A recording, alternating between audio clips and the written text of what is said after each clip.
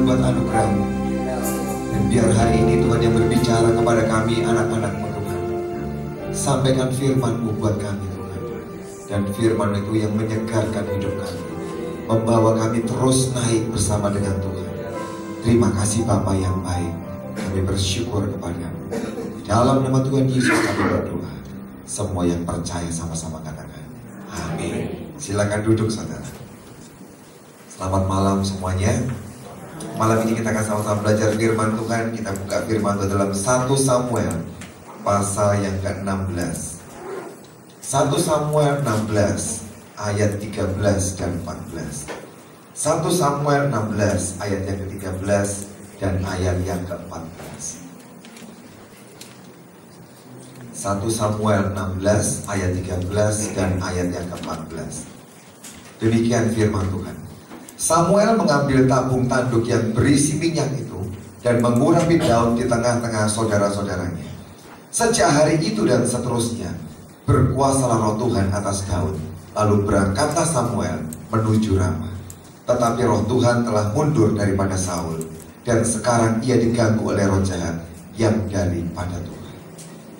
Sedang ada perbandingan dua orang pribadi. Yang pertama Daud, orang yang kedua adalah Saul. Tuhan sedang membuat perbandingan.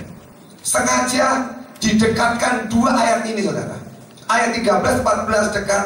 Dan dia omongin ada sebuah perbedaan dari dua orang ini. Yang pertama dikatakan berkuasalah roh Tuhan. Dalam bahasa Inggris berkuasa artinya come. Roh Kudus itu datang dalam hidup Daud. Dan yang kedua dikatakan Roh Kudus itu mundur atau meninggalkan kehidupan Saul.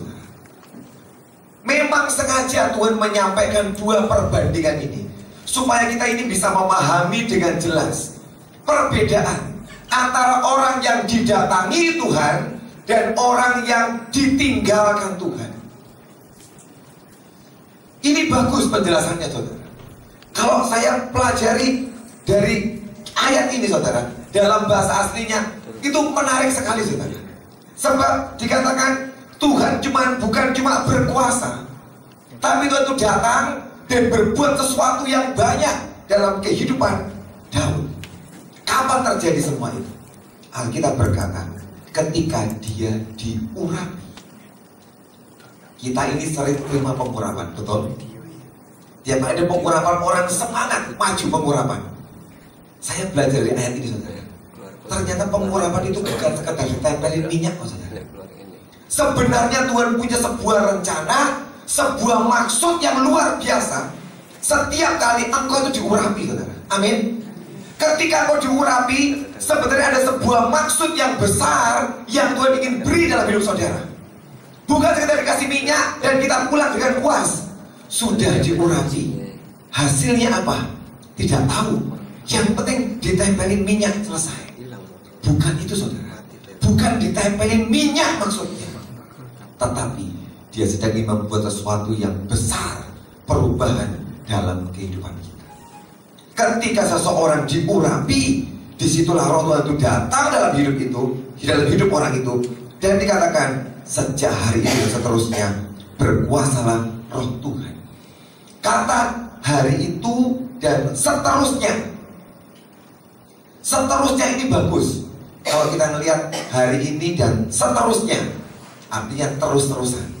Dalam bahasa aslinya bukan cuma seterusnya saudara. Sebenarnya kata seterusnya ini artinya seterusnya naik.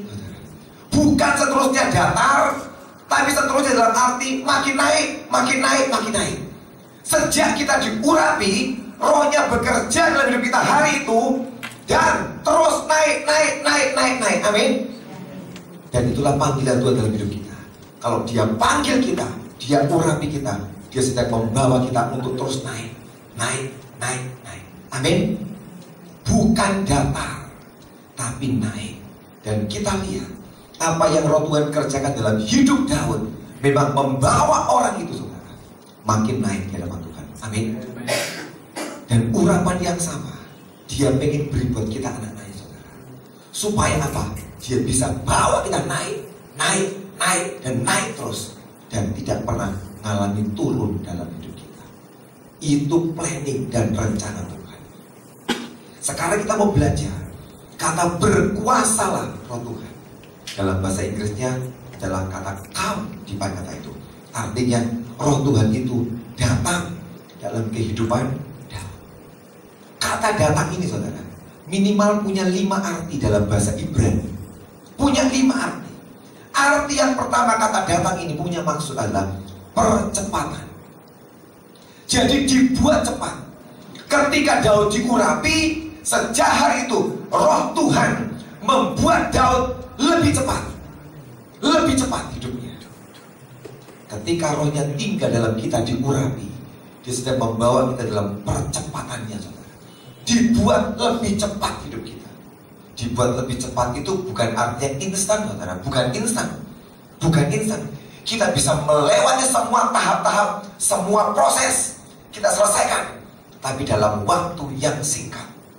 Kalau orang lain menyelesaikan 1 tahun, dia bisa buat percepatan setengah tahun kita selesai. Bukan tidak melewati saudara, melewati, tapi bisa melewatinya dengan cara yang cepat.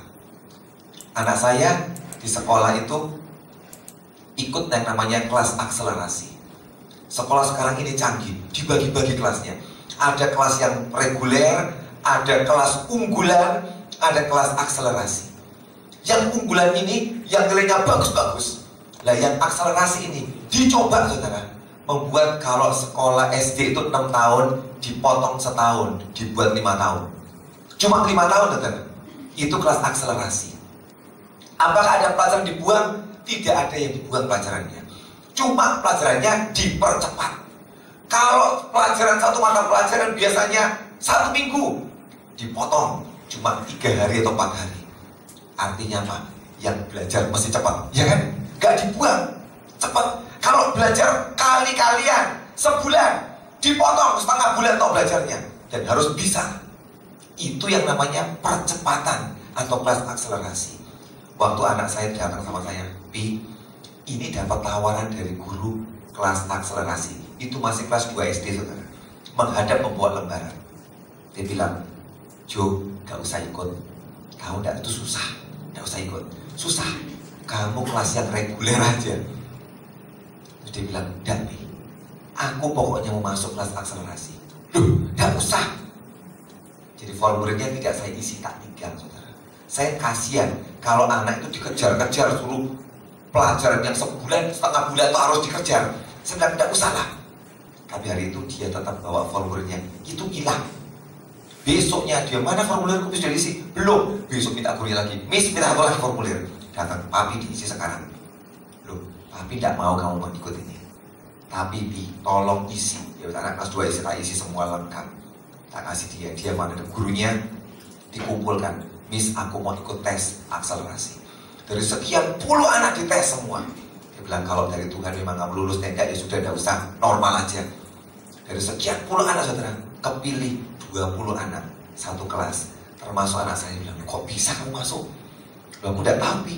Aku pokoknya ikut tes aja, tak isi semua dan nilainya bagus.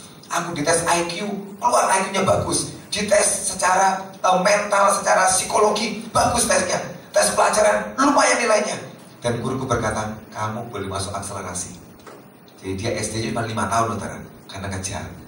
Hari ini sudah ngikutin pertama, minggu-minggu pertama nangis-nangis dia, menyesal. Aku menyesal, lalu kenapa? Susah banget, cepat-cepatan pelajaran semua. Dan yang suruh pilih apa? Kamu doa sekarang. Kamu yang pilih dewan dan tidak usah kamu maksa. Silakan. Tapi hari ini sudah santai, sudah ketawa-ketawa. Disuruh les tidak mau, tidak usah les. Aku tak belajar sendiri. Orang tuanya mikirin ini kalau udah naik kelas. Tidak usah, aku tak belajar sendiri saja. Akhirnya 5 tahun tok SD-nya saudara. Dia kejar 5 tahun. Itu namanya percepatan. Harusnya 6 tahun jadi 5 tahun. Apakah ada pelajaran dibuang? Gak ada. Cuma cara belajarnya ditambahin. Ayo belajar cepat-cepat. Tuhan ingin membawa kita semua dalam akselerasi. Amin. Enak gak saudara akselerasi itu? Percepatannya ada. Enak saudara, tidak usah lama-lama, ya kan? Dipercepat. Memang sedikit tidak enak, latihannya rada berat saudara. Daud itu dilatih dengan cepat oleh Tuhan. Ayo pelajari semua, cepat. Bukan ini tidak usah pelajari, tidak usah, tidak. Disuruh belajar dengan cepat. Dan Daud itu ngalami, saudara. Kapan terjadi? Waktu dia diurapi. Ada urapan percepatan dalam hidupnya. Membuat apapun yang dia kerjakan jadi cepat. Ini enak, saudara. Saudara buat apa? Pekerjaan, pelayanan, merintis sesuatu dibuat cepat oleh Tuhan. Enak, saudara. Semua pengen yang ini. Tapi tadi, saudara, memang harus ekstra. Kalau mau alami yang namanya percepatan, siapkan hatimu. Aku mau Tuhan kerja dengan cepat dan bisa jadi. Amin. Urapan percepatan. Di Alkitab ada sebuah kisah yang bagus. Seorang murid Tuhan namanya Filipus. Satu kali Tuhan perintahkan buat orang ini, Filipus, datangi kereta itu. Karena hari itu ada orang Ethiopia, sida-sida Ethiopia yang datang ke Yerusalem. Dia belajar Taurat dan hari itu selesai kunjung ke Yerusalem berdoa. Dia mau balik ke Ethiopia, naik kereta kuda. Waktu dia mau balik ke negaranya, Tuhan perintahkan Filipus, itu ada kereta kuda. Kejar kereta itu. Filipus ini cuma taat, saudara. Apa yang dikerjakan? Dia ngejar kereta kuda. Jadi ini ada kuda dengan keretanya lagi lari jalan, saudara. Dia disuruh ngejar. Kira-kira kalau kuda lari sama orang lari cepat mana? Kuda, saudara. Tapi hari itu Filipus harusnya protes sama Tuhan, ya kan? Tuhan, apa-apaan tuh ini? Kok itu kereta kuda suruh lari sampai suruh ngikutin, ngejar? Kan tidak mungkin di stop. Lah dia tidak kenal, ya kan? Jadi apa yang dia buat? Dia itu lari, ngikutin kereta kuda. Tapi bisa bercakap-cakap. Jadi ini orangnya Ethiopia dalam kereta, dia itu sampai lari gitu kan? Dan dia ngomong-ngomong. Dan saya pikir, ya itu untuk aneh ya. Kan itu kereta tidak berhenti untuk kereta jalan. Dia disuruh ngejar nih sambil ngomong-ngomong. Terus orang Ethiopia ngomong, stop, naik, duduk sama aku. Dan masuklah Filipus, duduk. Dan dia baca Taurat. Jadi ini aku tidak ngerti apa artinya. Filipus menjelaskan, oh itu artinya tentang Yesus itu loh buatan. Yesus itu loh adalah anak domba Allah yang gini-gini celaka semua. Setelah dijelaskan, dia ngomong, aku percaya. Aku dibaptis saja ya. Oh boleh, dibaptis. Habis dibaptis selesai, Alkitab berkata, rohnya meraibkan Filipus dan dipindah ke kota Asdod. Dan detik yang sama, itu juga dibuat percepatan. Dia bisa lari cepat mengikuti kereta kuda. Setelah selesai baptis, hilang lagi, saudara.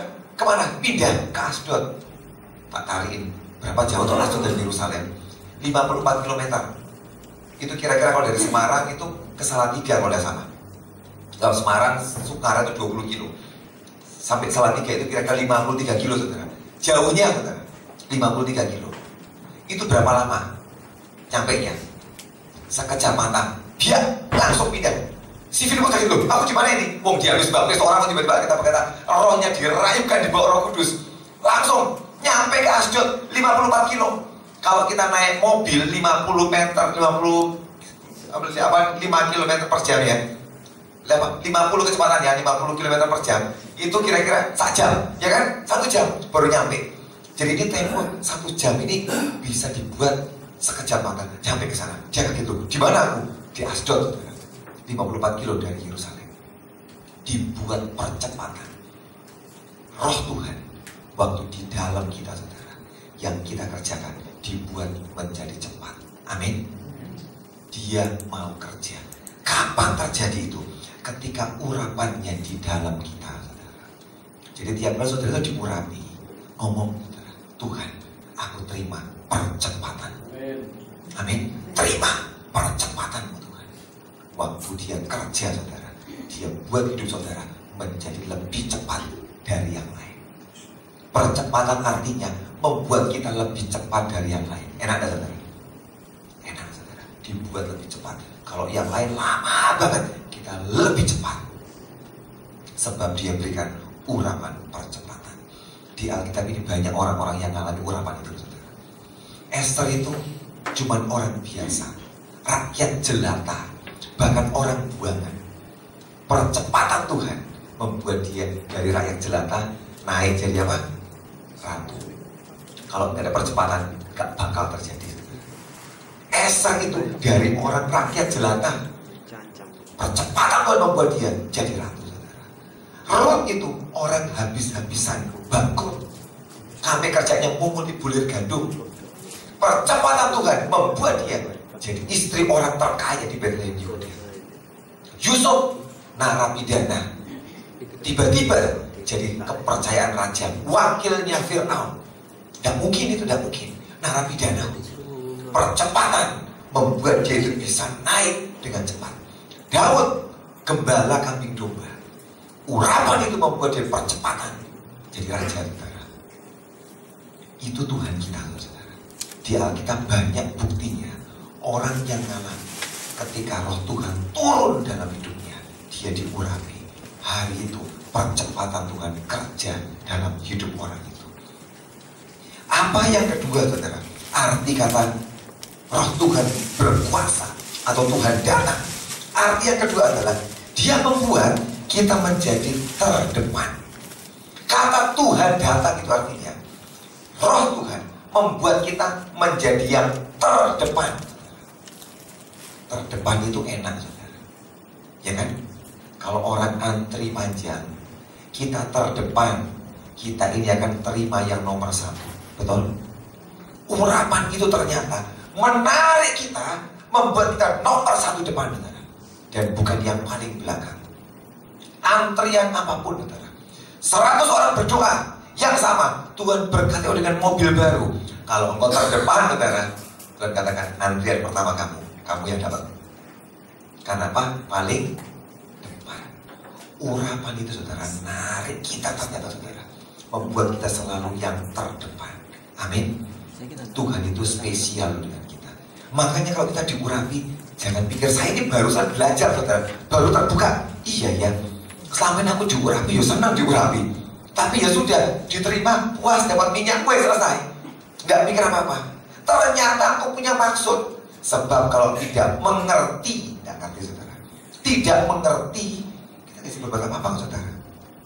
Kalau kita, tadi pagi saya sharing di tempat Bu Maria tentang tidak mengerti.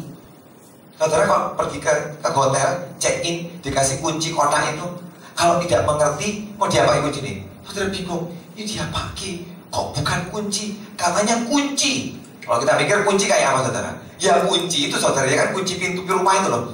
Ini hotel kok dapat kartu kotak ini, KTP atau apa? Mungkin ditukar dulu dapat kunci. Ya itulah kuncinya.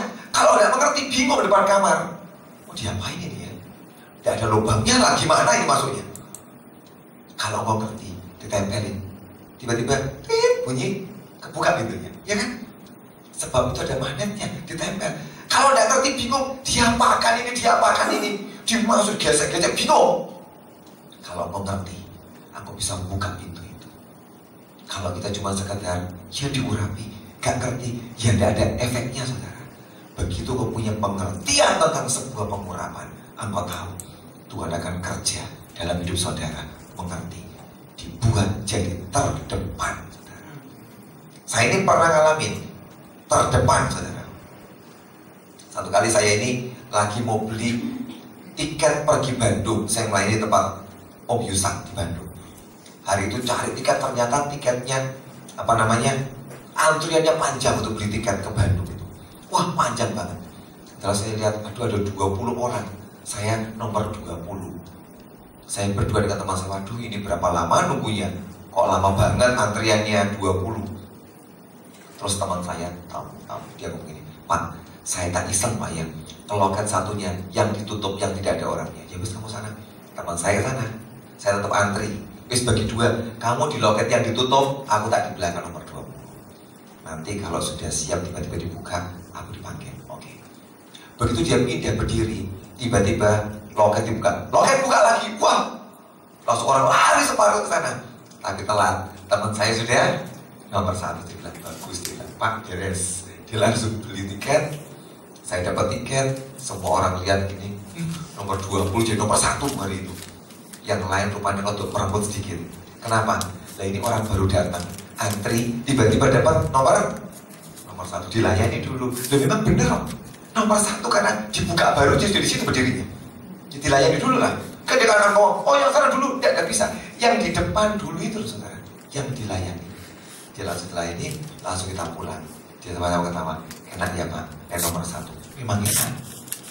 Yang lain masih nunggu belum dilayani, kamu langsung dilayani. Tuhan ngomong, kalau kamu nomor 1, itu enak. Dan aku mau selalu membuat anak-anakku menjadi yang terdepan. Amin.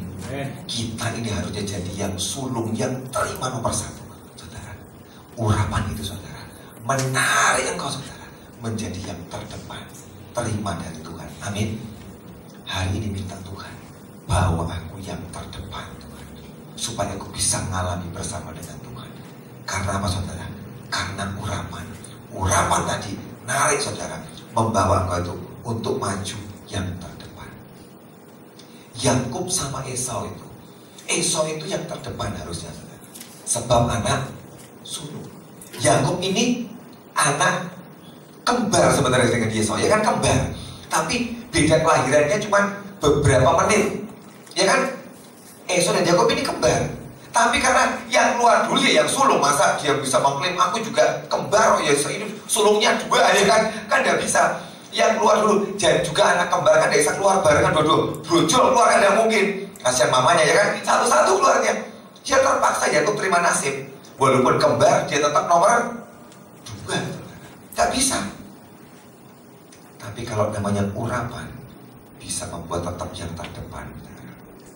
Satu kali ketika papanya mau memberkati, disitulah terjadi orang itu bisa tetap nomor depan, nomor 1, saudara, dapat jatah terdepan. Waktu papanya mau mengurapi, dia mengucapkan berkat kan, hari itu disuruh, ayo berburu, masakan aku. Si Esau lagi pergi berburu, si Yakub dengan mamanya masak dari domba, langsung dihidangkan. Hari itu papanya mengucapkan berkat. Hari itu dia terdepan. Apa yang diucapkan? Yakub mengucapkan, Ishak mengucapkan buat Yakub, kamu adalah anakku, bau padang yang diberkati. Engkau terima embun dari langit. Engkau dapat tanah-tanah gemuk di bumi. Engkau dapat gandum serta anggur berlimpah-limpah. Bangsa-bangsa takluk dan sujud kepadamu. Orang yang mengutuk akan terkutuk, yang memberkati akan diberkati. Engkau jadi tuan atas saudara-saudaramu. Itu jatahnya Esau sebenarnya, saudara, bukan jatah Yakub, bukan. Tapi sebab ada urapan di atas orang itu, maka tidak bisa diganti.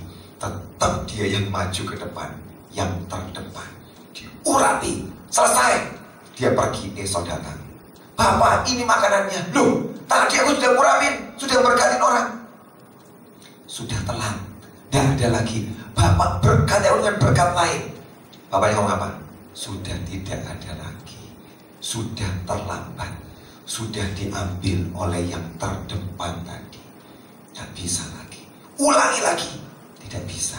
Sudah terucap, dia yang dapat, dia punya jatah, gak bisa. Bahkan bapaknya tidak bisa mengubah lagi, saudara. Kenapa? Penetapan Tuhan. Dia bukan yang terdepan, tapi sebab ada urapan di atasnya, dia dibawa Tuhan. Maju kamu yang diurapi, kamu yang terima berkat. Hari itu Yakub terima berkat ini, dan dia jadi. Dikatakan bangsa-bangsa takluk dan sujud. Itu ucapan berkat sekian ribu tahun diucapkan oleh saudara. Dia sujud buat bapaknya, bahkan mendunia hidupnya. Ketika saya baca ini, oh ini nubuatan untuk mendunia. Bangsa-bangsa takluk dan sujud. Hari itu apakah Ishak sudah kenal bangsa-bangsa? Tidak sepiro, saudara, ya kan?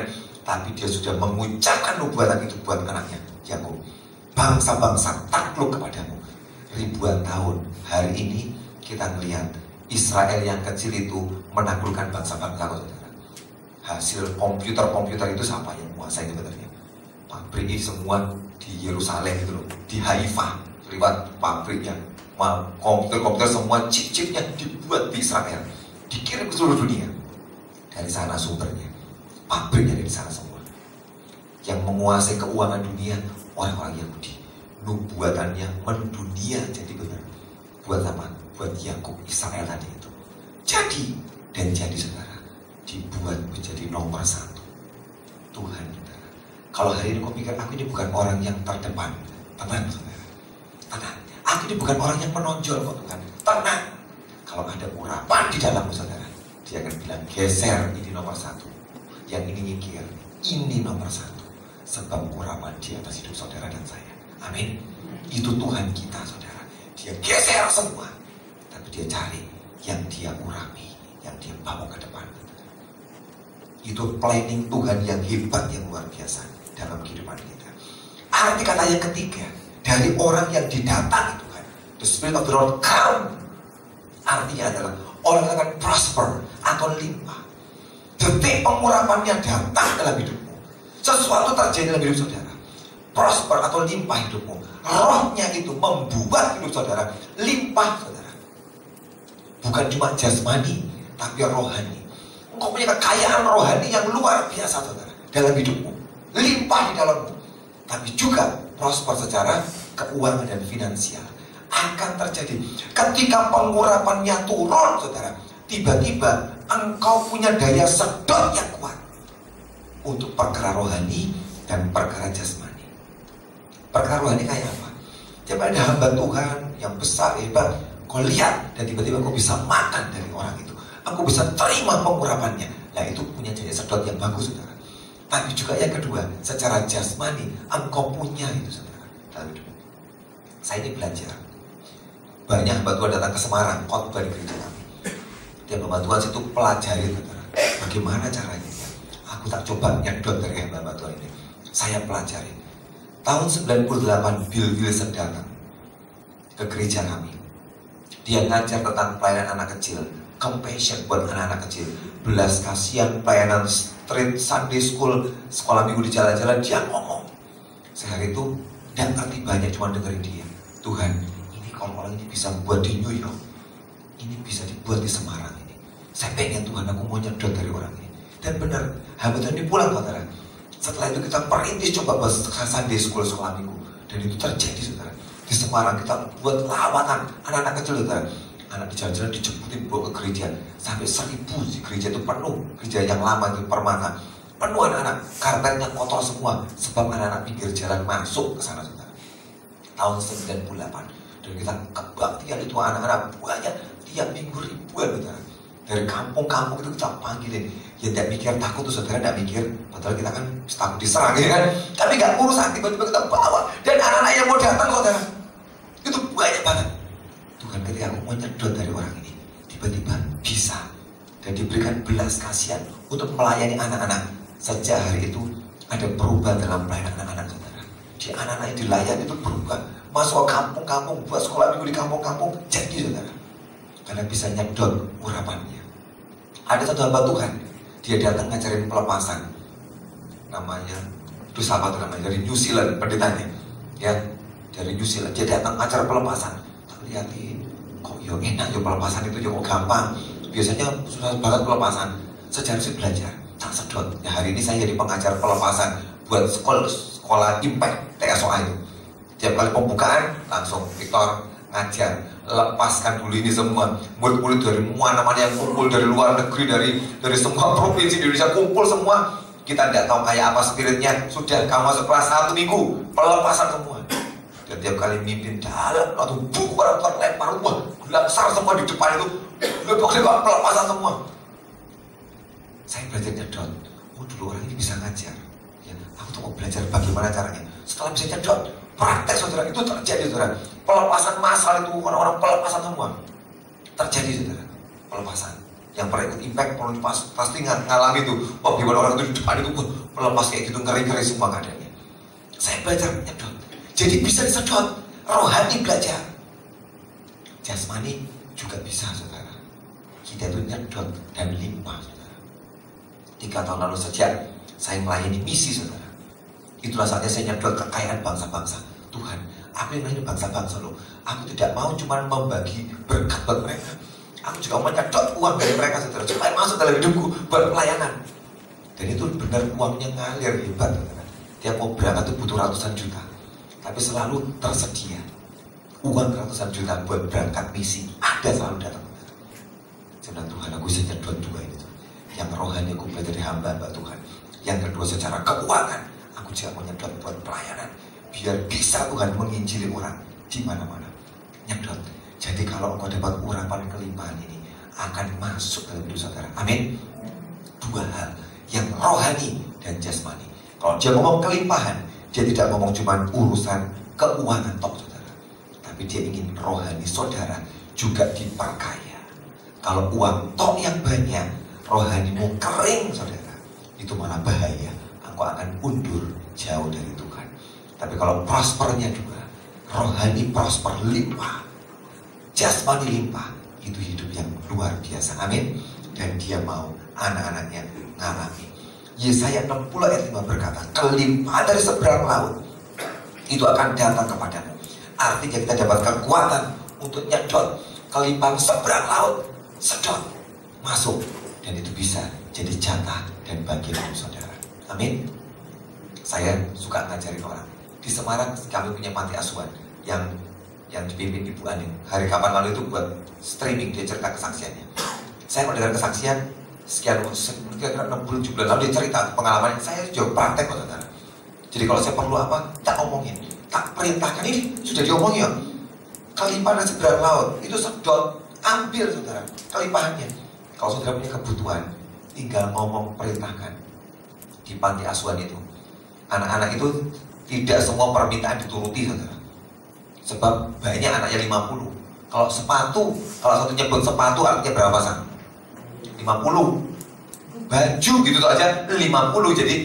Jadi ini tahuannya besar saudara, tahuannya.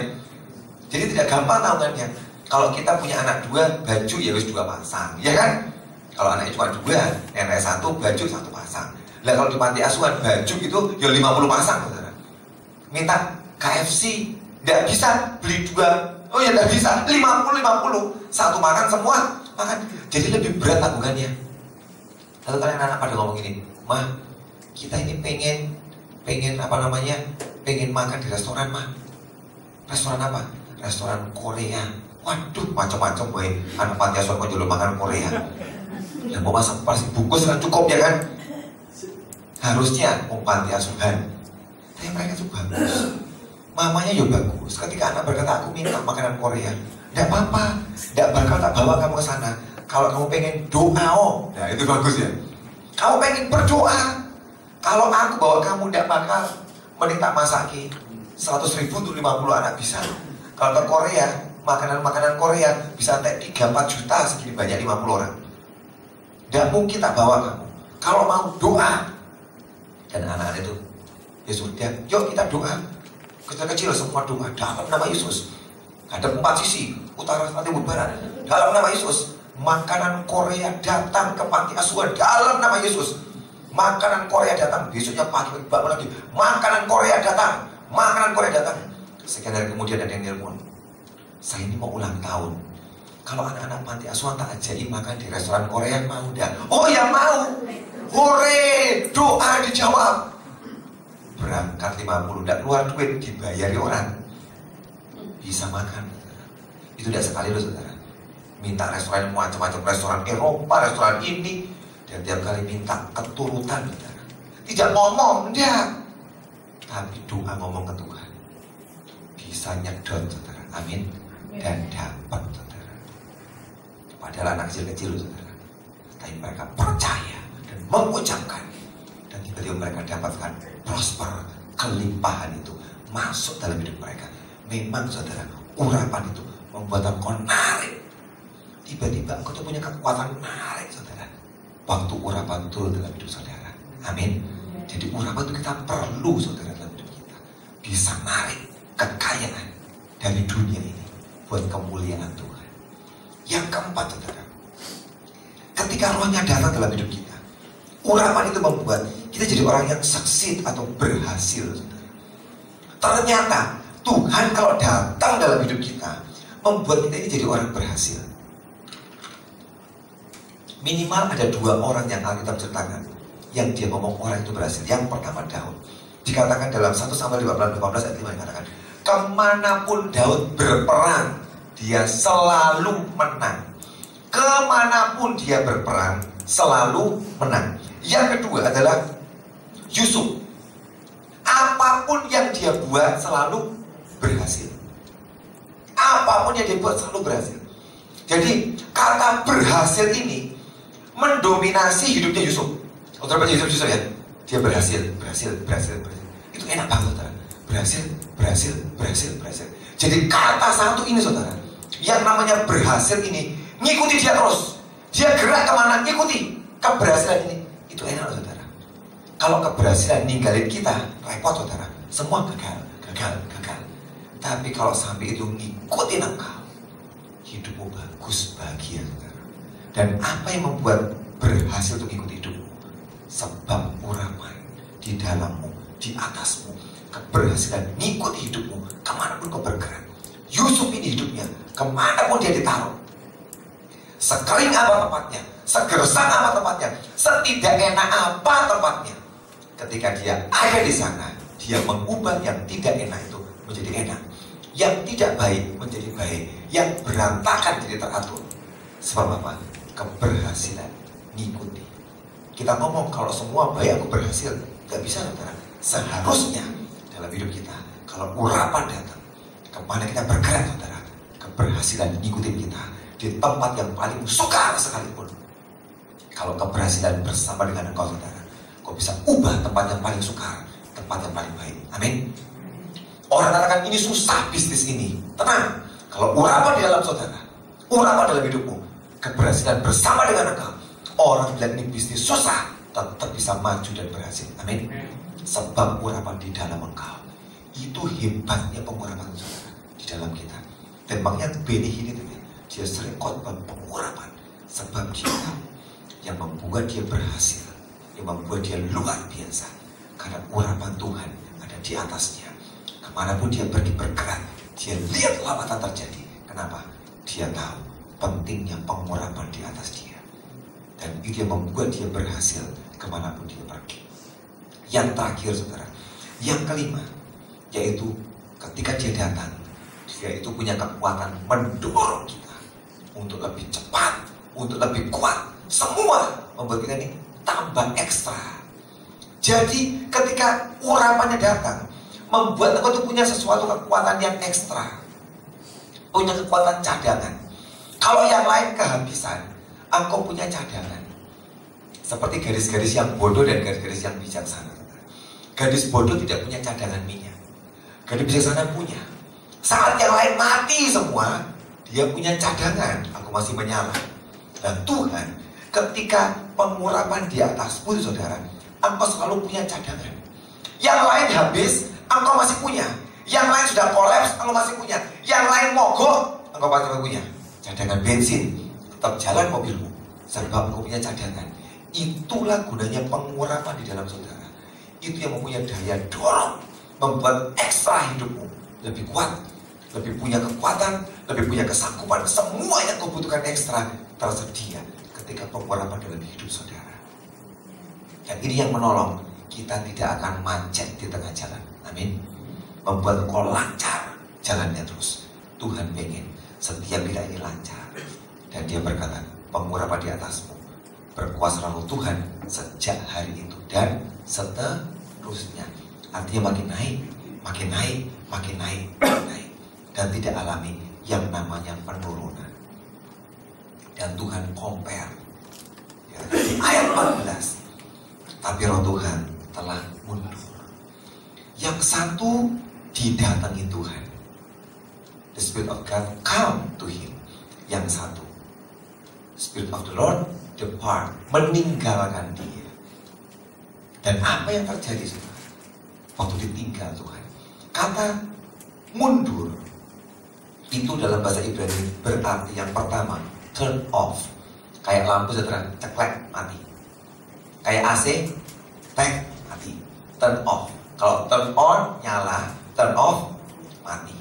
Jadi ketika dikatakan the Spirit of the Lord meninggalkan dia, mundur, artinya apa? Tek, mati. Apa yang terjadi? Gelap. Ketika rohnya meninggalkan kita saudara, maka semua keberhasilan tidak ada lagi. Yang ada adalah gelap. Kalau namanya gelap itu saudara, susah saudara. Yang gampang itu loh jadi susah kalau gelap, betul? Coba saudara kalau jahit gampang. Ibu-ibu, yang ibu-ibu kalau jahit gampang deh. Ada yang lubang dijahit pakai jarum tangan, dia gampang ya. Coba mati lampu, mati jahit toh. Aduh tangan ketubas. Setelah selesai jahit, nyalakan lampu, lihat hasilnya kayak apa? Berantakan. Gampang tidak jadi? Gampang kok saudara. Ngelem kertas, ayo dilem, 2 kertas dilem ya. Dilem, nempel gitu ya. Coba matikan lampu terus dikasih lem. Tempel lah 2 kertas. Hasilnya gak karu-karuan. Mewarna, gampang apa susah? Mewarna gampang, ya kan? Coba matikan lampu, mewarna lah. Setelah selesai, nyalakan lampu, lihat hasilnya. Gak karu-karuan. Ketika dia tinggalkan saudara, yang paling gampang ya saudara, jadi terlalu sukar hidup. Dia mundur dari hidup. Tiap kali dia datang saudara, yang sukar menjadi gampang. Kalau dia mundur, yang gampang jadi sukar, ini bukan main. Karena itu saudara, minta Tuhan jangan pernah mundur, datang dalam hidup. Itu menolong kita, membuat yang sukar sekalipun menjadi gampang saudara. Amin.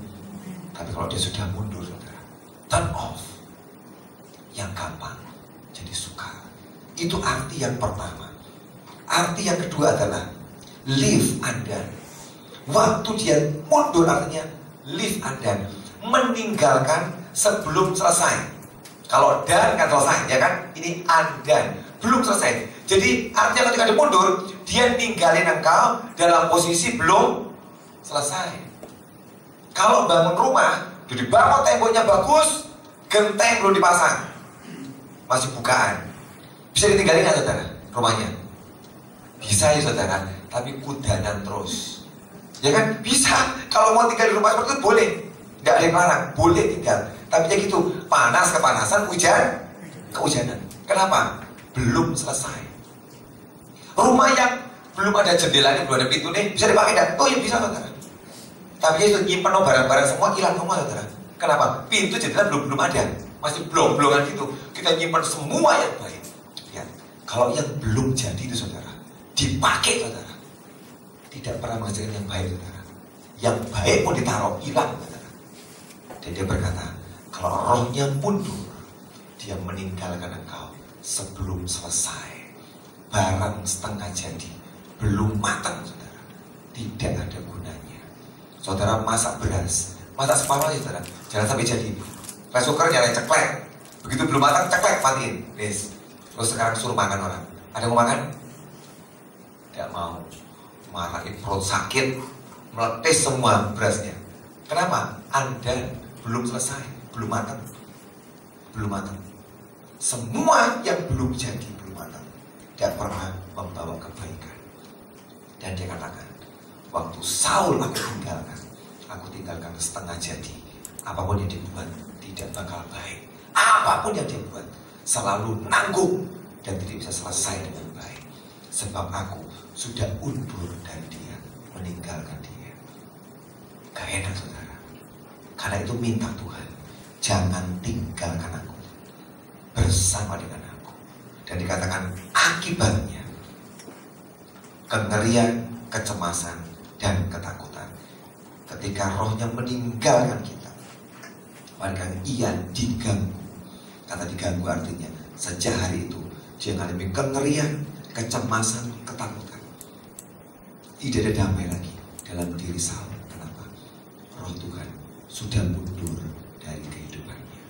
Tuhan kasih dua ini dekat banget, perbandingan yang sangat dekat.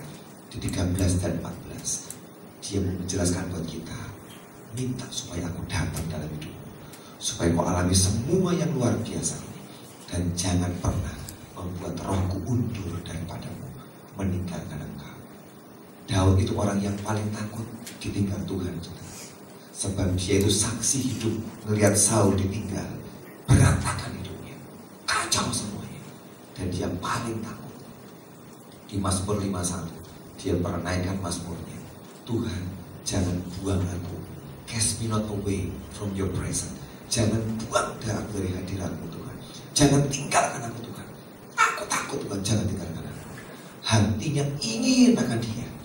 Itu yang membuat roh Tuhan tetap bersama dengan dia. Kenapa? Sebab dia itu ingin Tuhan. Saudara-saudara, simpel, ingini dia, saudara. Dia tidak akan tinggalkan engkau. Itu contoh yang gampang, saudara. Kalau engkau ingini dia tidak meninggalkan engkau. Saudara, kalau misalkan ada orang tamu datang, atau saudara bertamu ke rumah orang, datang ke rumah orang, bertamu, terus orang itu tidak mengingat saudara, bisa kerasa enggak? Tamu, aduh merepoti datang ini guys. Jadi orangnya, pokoknya rada tidak sungguh-sungguh menerima saudara. Kerasa kan? Kalau bisa kerasa, apa yang kau buat? Yuk pulang cepat-cepat aja. Yang punya rumah tidak welcome dengan kita, tidak terima kita. Aku pun tidak enak, mau ngobrol aku tidak enak. Begitu kau datang, yang punya rumah sudah, aduh, tidak terima dengan baik.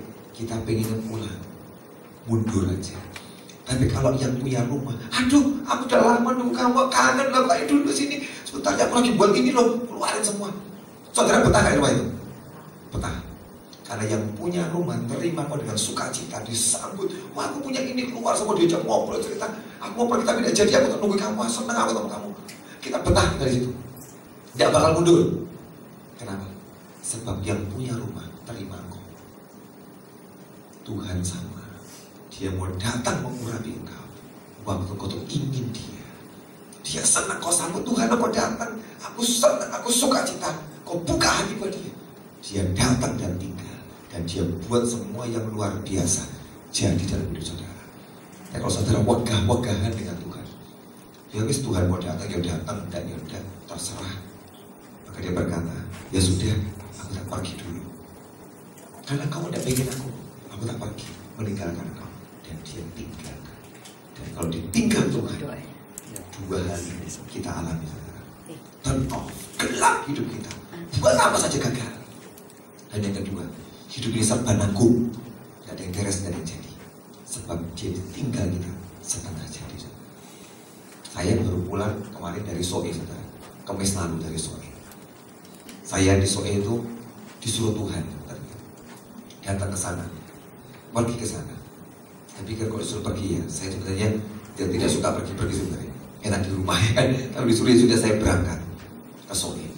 Saya pikir di Soe itu ada lawatan yang hebat, saudara. Sekian tahun yang lalu di kota itu ada orang-orang yang pernah doa dan ubah air jadi anggur. Di kota Soe terjadi orang itu jalan di sungai. Saya tuju sungai terus banget. Dibilang dulu Pak, zaman KKR Pak, orang-orang yang berani sungai itu Pak bisa jalan di atas air. Airnya dalam dan deras, bisa melewati. Ini kita alami banyak mujizat macam-macam terjadi di kota itu, saudara. Dilamat Tuhan dengan luar biasa. Dan Tuhan mau berangkat ke Kupang dan Soe, sudah saya berangkat. Saya pikir, aku mau ambil urapan, pikir saya gitu loh. Tapi sampai sana Tuhan ngomong tidak. Bukan ambil urapan, bukan ambil lawatan. Kamu bawa lawatan. Oh ya wis Tuhan, kenapa? Apinya sudah hilang. Kamu datang bawa lawatan. Ya sudah, saya datang Tuhan, aku tidak ambil apa-apa. Aku tak bawa lawatan, saya juga tidak tahu bawa lawatan apa. Ya sudah, pokoknya taat saja. Maka hari itu kami datang ke sebuah desa di kota Soe. Wah, jalannya desanya sepi gitu Wah. Datang ke sana, ke desa itu melayani.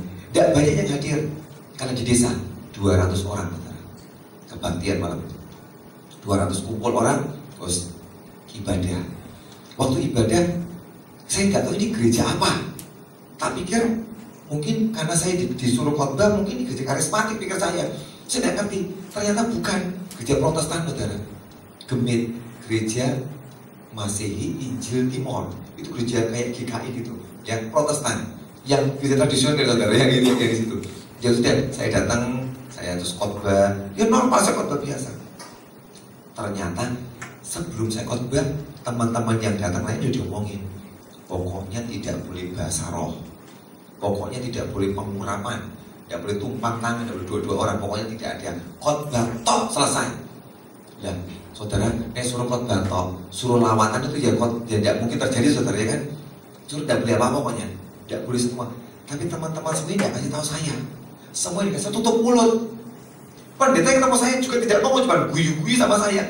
Oh gini, terima kasih Pak Pendeta udah datang gini-gini. Ya sudah, tak pikir dia ramah dengan saya, ya sudah, saya tidak ngerti. Ternyata sudah ngomong semua. Tidak boleh pendeta mau ngomongin dia, tidak boleh khotbah bahasa roh ya. Terus saya tidak tahu tapi maka saya khotbah. Sejak saya duduk Tuhan menggerakkan saya. Nanti baptisan Roh Kudus. Dalam bahasa saya, baptisan Roh Kudus. Oh iya, beres Tuhan, sudah ngomong beres ini. Tak kerjain Tuhan. akan aku lakukan dengan taat. Saya khotbah, habis khotbah saya katakan, saya Roh Kudus, langsung pendeta di depan mukanya aneh. Kenapa ya? Tapi saya tidak tahu ada apa. Tiba-tiba dia bisa mundur ke belakang. Tapi saya tidak ngerti. Sampai yang mau maju ke depan, anak-anak, saya katakan, Tuhan katakan anak-anak maju 100 orang. Karena 200 itu separuh anak-anak, saudara. 100-nya orang 200 anak-anak. Tuhan ngomong dan jelas, anak-anak dulu maju ke depan, anak-anak maju penuh. Langsung angkat tangan, anak-anak, hadir Bapak Roh Kudus. Sudah nyembah Tuhan dalam nama Yesus, nyembah Tuhan, mereka mulai nangis. Kita nyembah terus, dan tiba-tiba ada aliran yang kuat. Tiba-tiba saya mau semua teman-teman cepat tumpangin tangan, dan teman-teman mulai doain tumpangin tangan itu mulai basah roh anak-anak kecil. Basah roh itu jatuh ke tangan, itu hampir semua depan jatuh semua. Ya, beberapa teman mana yang baru saya ada mana, ada siapa itu jatuh juga. Wah, mereka juga doain, jatuh semua. Basah roh anak-anak kecil-kecil itu. Wah, pendetanya makin kelabakan di belakang. Oh, sudah boleh ini kok terjadi seperti ini. Lah orang tua kaget, takut, lari ke depan. Aneh dibangunin. Ayo bangun. Lah aneh tidak bisa. Ini udah. Loh, anak-anak ada buat mereka tidak pernah ngalami, saudara. Tapi itu jatuh semua orang tua datang sampai, tapi desa bangun anak-anak tetap tidur. Jadi di pangku tidurnya anak-anak nangis jembang. Tapi orang tua di pangku gini, dilus-lus kepalanya, dihapus air matanya, tapi terus jalan anak-anak semua itu. Beberapa ditarik ke belakang, tidak mau lagi nyembah Tuhan. Wah, jadi ada apa tadi sebenarnya? Orang pada gara-gara depan semua. Saya tidak ngerti, saudara. Ternyata memang dilarang, saudara, tidak boleh. Tapi akhirnya sebelum besok ya setengah jam anak-anak kecil pelepasan, dipulihkan hatinya. Kepahitan dengan orang tua itu aku benci sama kamu, didoain pelepasan muntah-muntah. Wis sekian waktu setengah jam lebih itu dilawan. Akhirnya selesai, saudara. Terus pendetanya maju ke depan. Sudah saya omongin dahulu di bahasa roh. Saya depan ketawa-ketawa, telat. Tapi saya tidak jengkel loh, saudara. Pendetanya marah-marah. Saya tidak jengkel, saudara. Saya diomongin tidak boleh bahasa roh, malah bahasa roh. Loh, saya kan tidak tahu. Dan diomongin aja kan. Ya diomongin teman-teman saya. Wah, sudah telat ini. Sampai orang-orang semua takut ini. Bahasa roh seperti ini tidak boleh, pengurangan diri tidak boleh. Di liturgi kami tidak pernah ada seperti ini. Ya kan bagus, udah pernah ada, hari ini ada. Ya kan, dia setelah selesai, ya sudah. Tapi saya itu santai, saya tidak jengkel, saudara. Dia marah-marah bilang, Tuhan bagus ya Tuhan. Kalau aku tahu tadi, pasti aku tidak akan buat apa-apa. Pasti ada lawatan hari ini. Tapi untuk aku sudah dikasih tahu, terjadi kegerakan. Saya tidak tersinggung dia marah-marah di mimbar. Saya tenang aja, saya ketawa-ketawa. Iya bu, kapok kamu, iya bu. Dalam hati saya ngomong kapok dilawan, Roh Kudus kok dilawan. Nah, saya itu ya kira saudara tidak nyangka seperti itu kejadiannya. Tak pikir di bahasa rotok, tiba-tiba gelap semua gitu. Selesai. Nah itu. Besoknya kami tinggal di lebih dalam lagi. Besok pagi kami pulang, mau ke tempat lain, khotbah lagi, saudara. Waktu lewat di gereja itu tutup. Depan gereja ada sekolah, lewat sampai depan sekolah yang dihadang kita. Berhenti, ada apa ini? Wah, ini gawat, ini kemarin dimarahin, dihadang sekarang ya kan. Disuruh berhenti, bisa tahan, berhenti akhirnya. Kenapa? Di dalam itu anak-anak tidak tahu kenapa itu, kata gurunya. Ya sudah, saya mau khotbah di sekolah, tapi kan teman saya, kamu 4 orang turun ya, tolong ada apa itu diberesin, aku tak khotbah, tidak aku turun nanti tidak bisa khotbah di sana ini, urusan ini. Ya bagi juga, aku tak terus pelajaran, kamu turun 4 orang, turun teman saya 4 orang. Masuk dalam, saya tidak tahu ada apa di dalam pokoknya. Bisa jalan aja, saya mesti pelayanan. Mereka 4 orang turun, setelah selesai, sekian waktu, mereka balik ke kota, kasih laporan. Ada apa tuh sebenarnya? Kok kita dicegat tadi itu? Pak, tadi itu ya bukan pelepasan di sekolah Pak. Kenapa? Lawatan Pak.